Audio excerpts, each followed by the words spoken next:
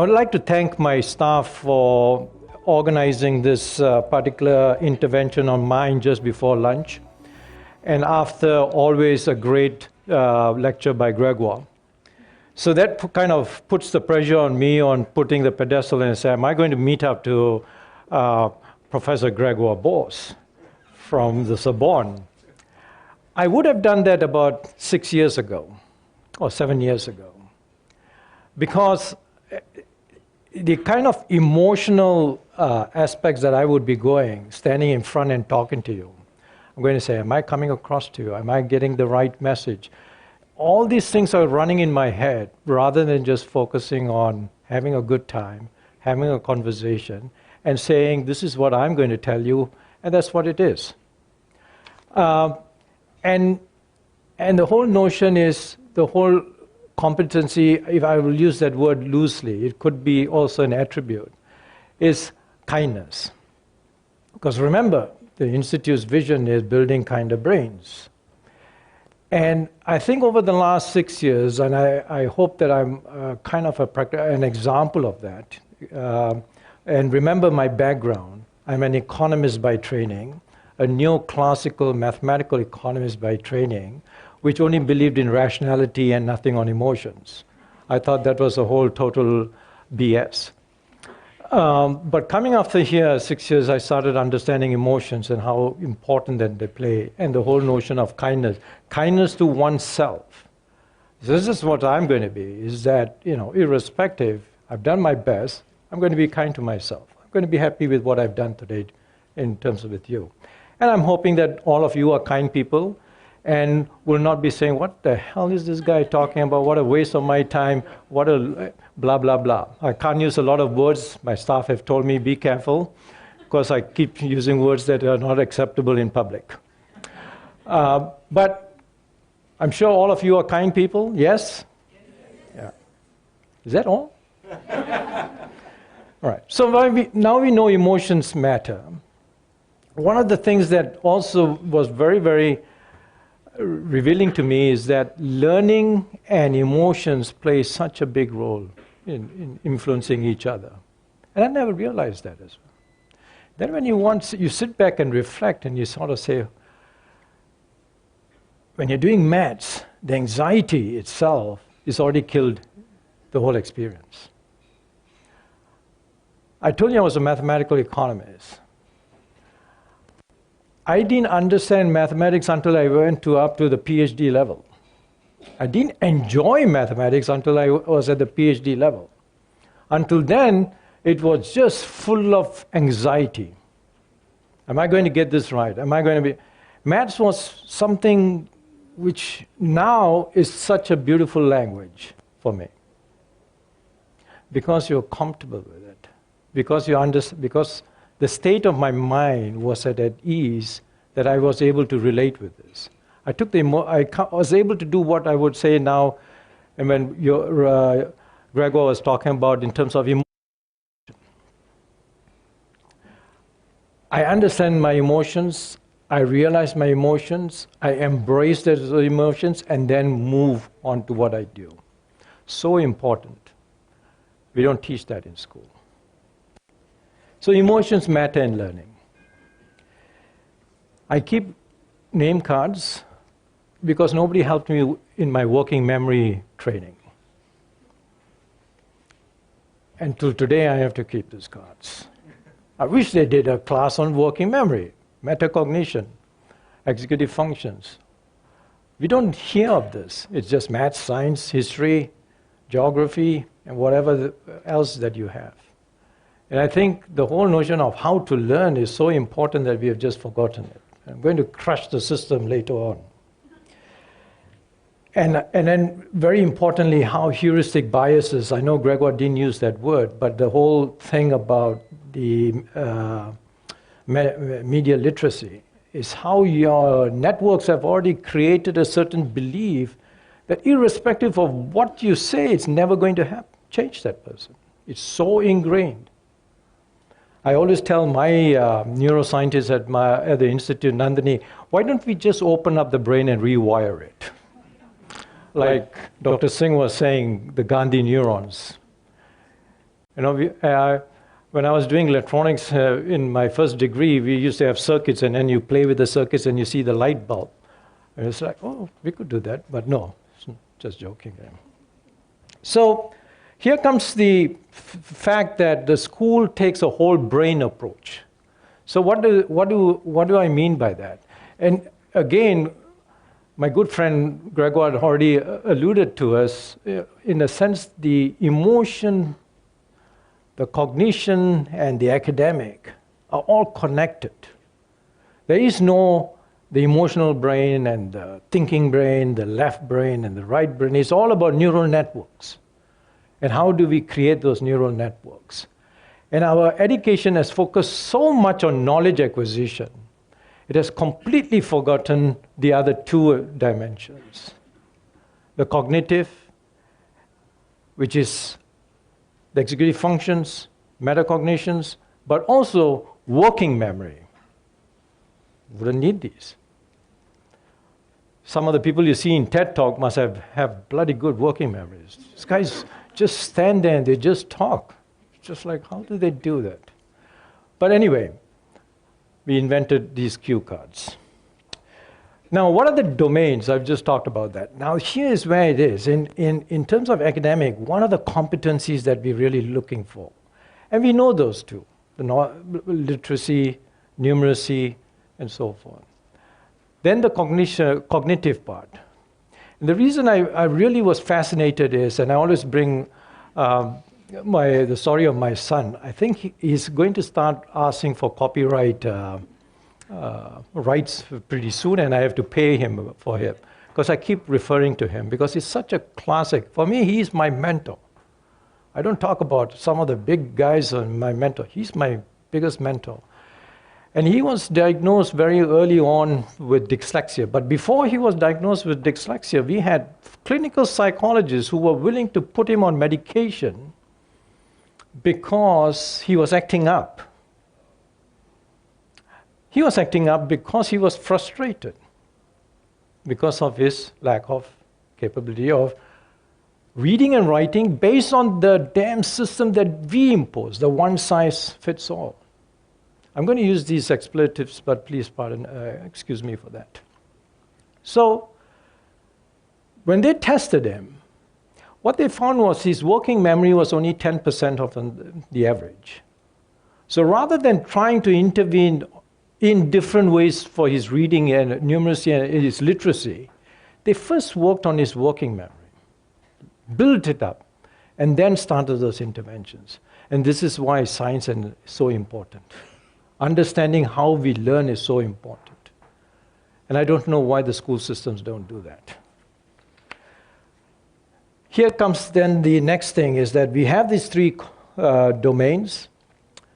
And what do? We design curricula, we design pedagogies, and again impose the one size fits all. And actually we are also guilty of that at the Institute. We have the global citizenship course, and then we put it to all the kids rather than as half. But we're moving there. And I think we have the technology right now to do that. But this one size fits all is an interesting thing that arises is it's a violation of 80% of the human rights of 80% of our students. If you go back to Article 26 on the Universal Declaration of Human Rights, it says the right to education, everybody uses that now all the time, to develop the personality. I like the word potentiality, but okay, personality, character. Remember one of Gandhi's phrases, he says, education is nothing unless you develop the character of the individual. The character. A kind character is great, isn't it? So, if you don't offer that personalized education to each child based on his neural network development, it is a violation of his human rights or her human rights.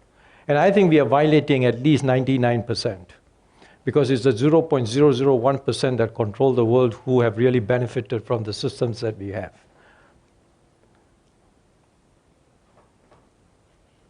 Right?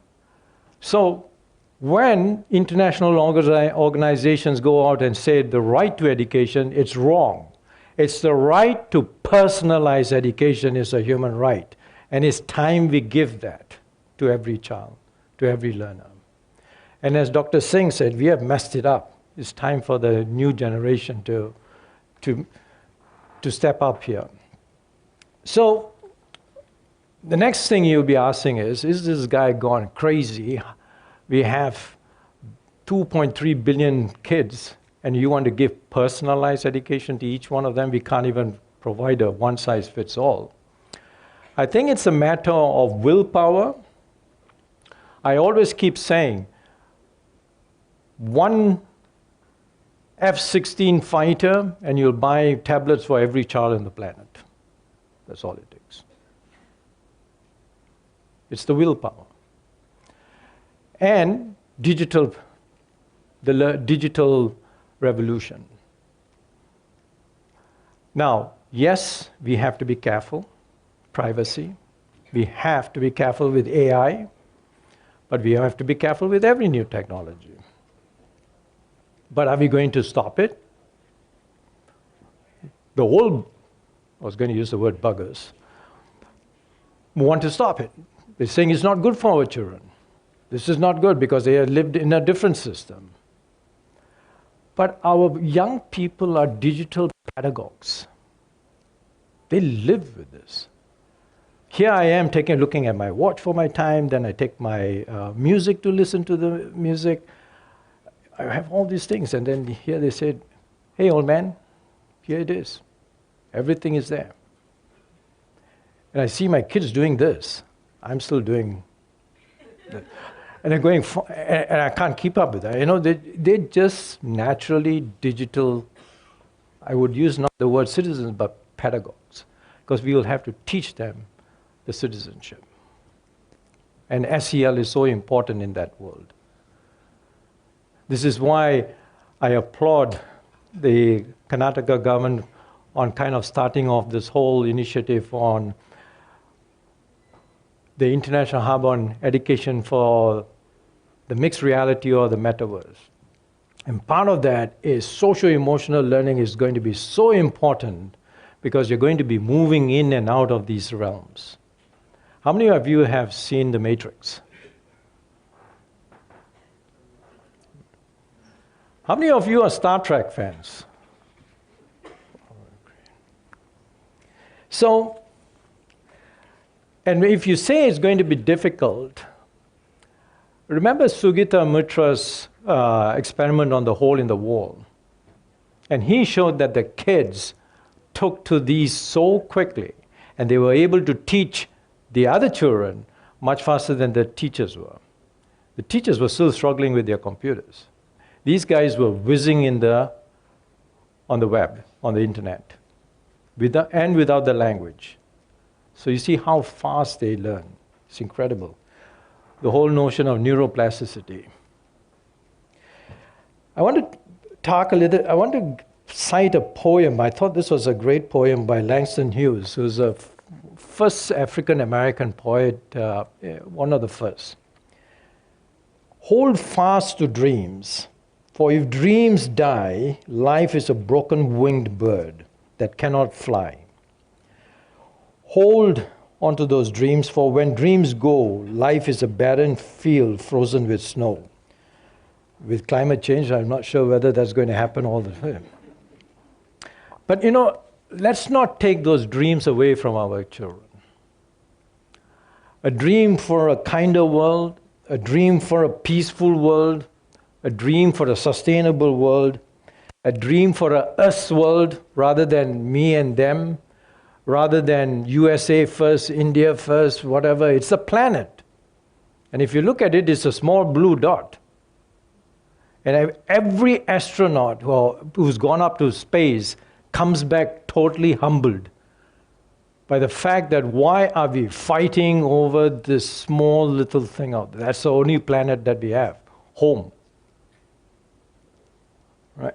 Once we get that mindset, we are on a roll. A Vasudeva Kutukambam mindset. I love that word. Never heard about it till I came to this country, and I just love that word. So, the Secretary General has called for rebooting. I call for a reformat. A reboot means you go back to the old system, start again. It's dangerous. And as Ken Robinson said, trying to repair a broken system is dangerous. And I say our system right now tends to create a very competitive I versus others system. And if you repair that broken system, that's really worse than not leaving it as it is right now. So, reformat. And at MGIEP, we use, and as we are really strong on what Gregor was talking about, transdisciplinary science and evidence-based, and some of the things that we do before we go out into the schools is we do pilot studies. We do it with the teachers. We try to get teachers to become part of the researchers with the students, and we listen to the demand side. In education, we don't seem to listen to the demand side. We don't listen to the kids. Believe me, they know more than what we do. They won't be caught by the tyranny of the common sense. And we have just begun. And this is where 300,000 trainers, 250 on Framer Space, 5 million kindness stories. My staff were exuberant. They said, 5 million we bid. And I said, from a world of, what do we have? 8 billion? 5 million? Over a year? Seriously? Be happy about this?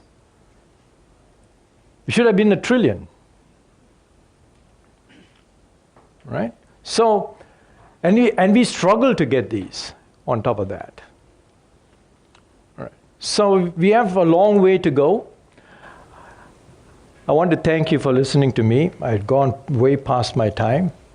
But I leave with this message that we have to really start an education revolution, as my hero Ken Robinson called for in that famous TED Talk, do schools kill creativity? My question is, do schools create predators? Thank you very much. Thank you very much, Anantha. I like this kind of disruptive discussion.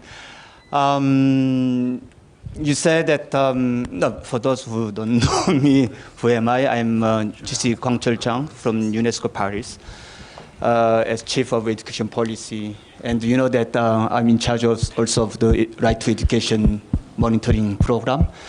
And you said something very interesting about instead of talking about right to education, you should more talk about right to personalized education or personalized learning, which I agree with.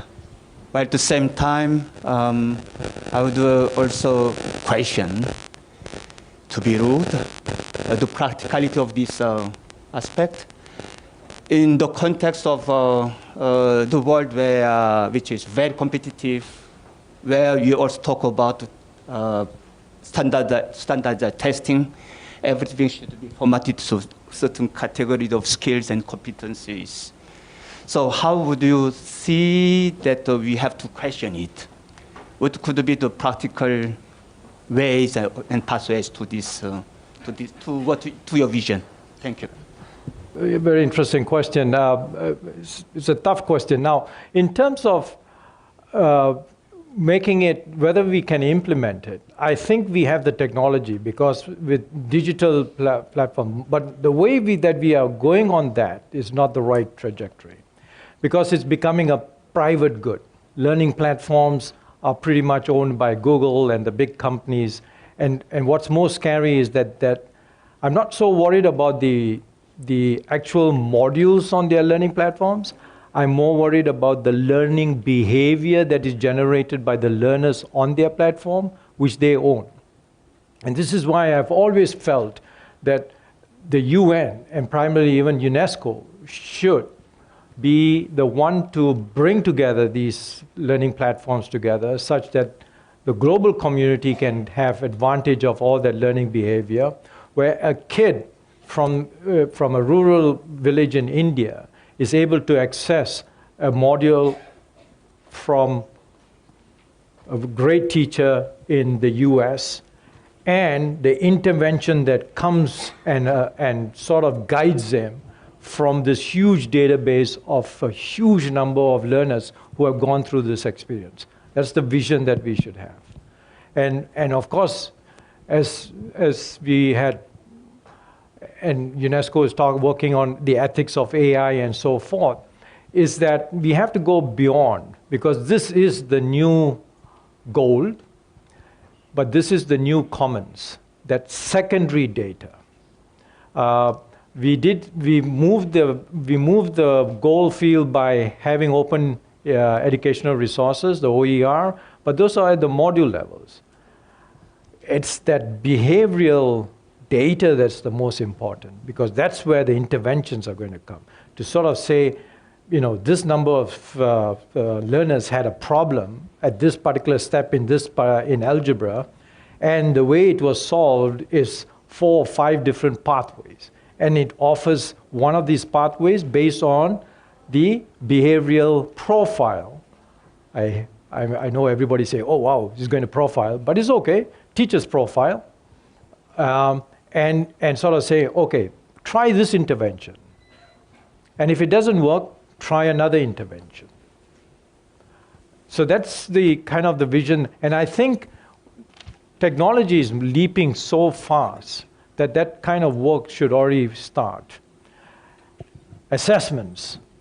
Get rid of all the centralized assessments, and you will be listening to Daniel Mockowitz, on the 8th at a lecture, our distinguished lecture. He's going to talk about life after growth. But his first book on the meritocracy trap tells you basically this is a flawed system. These standardized tests and stuff. It's favoring a few. Is to look at the whole notion of potentiality, which means you are your benchmark. And as you look at the future, it's not about the knowledge that you have, it's about the way you adapt, the way you learn, the rate you learn. And so potentiality measures how fast you're learning and how well you're learning. But it's measuring against yourself and not against somebody else. And I think that's the ideology and the philosophy that we should go for education. That you are your own benchmark and not somebody sitting next to you. And you know, I lived through that whole thing. When I come back home and with my report card, the first thing my mom says is, who's the highest? It's like, hello? Why are you not worried about, from 70, I've gone to 72. I was so happy, 2 points. But then the highest is 99. Why bother about that? All right. Any questions? Yeah. So when you talked about reading and writing and the experiences with your kid, I mean, I could relate with it. And so my questions are related to character development and one fit for all solutions and one fit for all ways of teaching. This is a question that I have asked myself and my teachers, and now that I'm in the education field, to other teachers, that why is there is a specific way of reading, a specific way of writing, a specific way of conducting ourselves inside the classroom. And they do say that, yes, there are students that are different, and they do acknowledge and understand that there are different students. But there is a common theme and a common word that they say in a very slight tone, that this is what market wants. So we are training, we are developing the character of the child in a specific way so that the market accepts this child and he or she can get a job or further education. Now, India specifically education is not just looked as character development. Majoritarily, like in my household, education is looked upon as social mobility. That I'm spending money on my child for education, for a good education, sending them to elite schools and universities, thinking they would get a job, and so we would uplift and we will move towards social mobility. And this is a question that is there in the education space, that is education only for jobs? But the reality in India is that it is. And it was also deemed in that way by our constitution makers and other educationists in the beginning. So my question is that, yes, we are talking about character development and everything, but as a market, when we hire people, when UNESCO hires people, we do look for certain skills, we do look for certain behaviors. So are we ready for individual and diverse characteristic individual that we are trying schools to develop? Or as a market, we are not ready, and so the schools also hesitate, and thus the parents also. Great, so, yeah. But a quick response is a market, well, I hate to use the word the market, but I'm sort of saying that community, like LinkedIn now, has put dyslexia as a skill or competency or something. It's no longer seen as a problem. I believe that there is a whole department in the UK government which only employs dyslexia to look at a certain problem, because they have certain ways of looking at things. Now, the way, so here's the interesting connection. Now, how do people evaluate the progress of a country? They use that pesky thing called gross domestic product, because politicians always say our growth, I'm going to promise you 2% growth. If we don't see a 2% growth, we are gone, we are stifled. That's why Daniel Mokowitz's lecture on the 8th is going to be an interesting one. He's sort of saying, let's move away from this. If you don't have GDP growth for two consecutive quarters, you're in a recession. How do you have perpetual growth? We have set ourselves to fail, in a way. I think that economic thinking was good post-World War and industrial, but it's getting into a bit of a problem as we move forward. The reason I talked about GDP is that the way you measure GDP or gross national income, one of the components is human capital. And do you know how you measure human capital? Literacy, enrollment, wages. You manage what you measure. And that's what we are measuring, and therefore we manage human capital limited to literacy and numeracy. Now here's the clincher that we can use. We know that with social and emotional interventions, I don't like to use this argument, but unfortunately that's how they think about, until we get rid of all of them and replace with the new generation that is the whole brain approach. Now, we know that if you have social emotional, your academic performance jumps about 7 to 11 points. Right? That's a whole grade. You fail, you're now pass. Pass, you're doing better. I hate those assessments, but if you're using that as well. But with social emotional, you're definitely. Now, the counter argument here is, and this is why I said to close down the OECD, is the OECD is sort of saying that social emotional improves your economic productivity, and therefore this is your next sort of quantum jump in production and stuff. My counter argument is, work on the social emotional or the whole brain in terms of, you need numeracy and literacy. You have to have those. I'm not saying you can't. You need to. And it's important to have that. But also all the supporting competencies that Gregoire had let.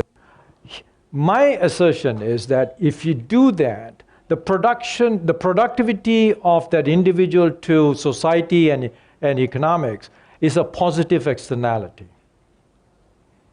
It is inevitably an outcome. But if you do it the other way, you might not get that. And that's the argument that we'll make. And more evidence and replicable evidence is showing towards that. So at MGIEP, we have started in a thing called socio-emotional capital accounts. I'm against it, but I developed it because you need to talk to people who understand that language. But to make to a point that this is automatically the multiplier that you're looking for. But it will also be people, because of that kind of new competencies, will start thinking sustainable development as an integral part. It becomes a trait over time. And you won't get people like me even after, because even I've been doing SEL now for eight years, and if you can talk to most of my staff, they say he still goes back into his predatorial mindset. We've got to wipe out that institute because we have to be number one. And it's like, hello, aren't we supposed to be the kind institute? It's like, and so I'm in a constant state of cognitive dissonance. It's okay. First of all, I would like to introduce myself. I'm Dr. Divya Milhan, professor at MDU, and I'm also the additional director for Center for Life Skills and Soft Skills there, sir. The question is, I have been teaching students for now 22 years. The dilemma in Indian nation is that we have introverts, extroverts, and ambiverts in our classes. Whatever is designed, whether it is jobs, it is the outside world, it is entrepreneurship, has been designed in a manner that it suits all the extroverts. What about the people who are a big majority and who are introverts or maybe sometimes ambiverts? And the kind of environment that we have out there, right there for the jobs, or people like here also in this room. If I'm standing up, okay, I'm an extrovert. All those people who are standing, they may have questions in their mind, they're boggling inside, but they're not coming out. So, what kind of strategies or measures can people take up to let these people who are the majority of introverts to come up and take up careers for their own? So interesting. Have you read Susan Cain's book on the power of the introvert? Not yet. You should. It's very, very. It's a really good book. I definitely will. Yes. But so the fact is, it's an interesting discussion, and it's got me thinking about is the whole notion of an introvert is based on a benchmark of others. Now, if you are comfortable with yourself and you're not concerned about what others think, or you think that all others are kind people, so you're not afraid of being somebody's going to think what a stupid question or something like that. There's no such thing as a stupid question in the first place. The reason you ask a question is you want some explanation of a point that you don't know. So we got to get that mindset into everybody so that everybody feels comfortable in their own skin, if I can use that term. So it's a long process. But in the interim, when you talk about how to get the... it comes back to me when I was reading that book, and there was this experiment in Harvard. Now, Harvard is full of extroverts, yeah? They go, especially the ones who go and become bankers, the most productive community in the planet. So they broke them up into groups. It was a survival task. And they kind of put into those places some introverts, but who were really well trained to survive. And every group, if it was a real exercise, would have died. And what they found was that this one person who was an introvert was trying to say, maybe we should do this. But there was always this extrovert who says, I know it all, this is the way you do it. And everybody followed because they felt this was the leader. That's the other problem we have. We're always looking for leaders. I don't know why. For you to follow. I could never understand that concept. But anyway, and so they followed the person who they felt knew everything and was the leader, and they all died. Unfortunately, in a simulated world. Or should I say fortunately? It's a Freudian slip. But anyway, so I think There are ways of getting to them in a way that they don't feel threatened, they don't feel that they are put on a spot. But I'm not saying that these are characteristics of an introvert. Some people just like to be quiet and not to be at the fore, but they have very interesting contributions. So I bring back to my guinea pig sample. My son is one. He's a dyslexic, but he's also an introvert. So he got a double whammy. And the wife says it's hereditary. At least the dyslexic part, she was immediately like, there's evidence. For the first time, she used evidence. But somehow or rather, what we find fascinating is people tend to gravitate towards introverts over time because there's a sense of strength. There's a sense of calmness. There's a sense of direction. And giving time, people tend to gravitate towards those. Be comfortable in your skin. Thank you, Dr. Duraiappah.